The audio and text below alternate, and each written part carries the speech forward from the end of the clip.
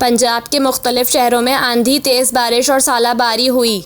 लाहौर में होने वाली बारिश के नतीजे में पंजाब यूनिवर्सिटी की दीवार का एक हिस्सा गिर गया, जबकि मुख्तलिफ इलाकों में आने वाली आंधी के बायस दरख्त भी उखड़ गए।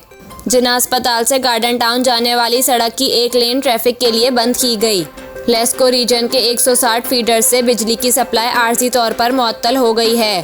पतौकी शहर और गिरदो नवा में भी तेज़ हवाओं और गरज चमक के साथ बारिश हुई, जिससे मुत्तहिद फीडर ट्रिप कर गए। महकमा मौसमियात के मुताबिक पंजाब में आज शाम तक तेज़ हवाओं के साथ मजीद बारिश का इम्कान है। बारिश का एक और ताकतवर सिस्टम शुमाल मशरकी बलूचिस्तान में दाखिल हुआ है। कई इलाकों में मूसलाधार बारिश और शदीद सालाबारी हुई है, जिसके नतीजे में गाड़ियों के शीशे और सोलर पैनल टूट गए। बादाम और खुबानी के सैकड़ों दरख्त उखड़ गए, जबकि गंदम की तैयार फसलें तबाह हो गईं।